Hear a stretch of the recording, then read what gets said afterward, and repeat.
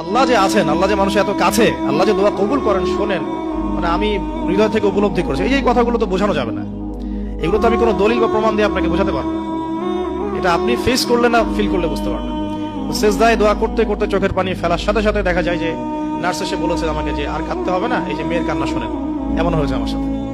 কারণ মানে স্ত্রীর যে প্রসব বেদনা, এটা দেখে কিন্তু স্বামী আসলে ঠিক থাকতে পারে না, তাদের প্রচন্ড কষ্ট হয়। এবং এই কষ্টটা এই কারণেই হয়তো নবী সাল্লাল্লাহু আলাইহি ওয়াসাল্লাম বলেছেন, তোমার সবচেয়ে সেরা অধিকার পাওয়ার, মানে ভালো ব্যবহার পাওয়ার অধিকার রাখে তোমার মা, এরপর তোমার মা, তারপরেও তোমার মা, এরপর তোমার বাবা।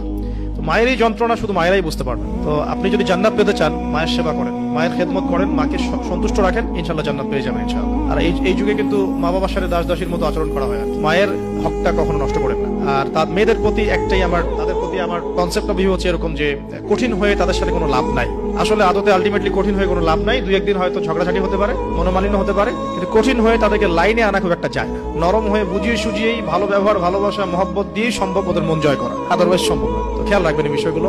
এরপরে আজান হবে, তাহানিক হবে, সপ্তম দিনে গিয়ে আপনি আকিকা করবেন। যদি করতে না পারেন 14 দিনে, যদি তাও করতে না পারেন 21, এভাবে সুযোগ আছে আকিকা করার। তবে সপ্তম দিনে আকিকা করা সুন্নাহ। আকিকাটা কি? এটা হচ্ছে আপনার সন্তানের জানের বদলে একটা জানের উৎসর্গ। ছেলে হলে দুটো খাসি, মেয়ে হলে একটা। কারণ কি, মেয়েদের রোগ প্রতিরোধ ক্ষমতা কিন্তু এমনিই বেশি, ছেলে বাচ্চার রোগ প্রতিরোধ ক্ষমতা কিন্তু কিছুটা কম। এখানে দুটো খাসি উৎসর্গ করা হচ্ছে।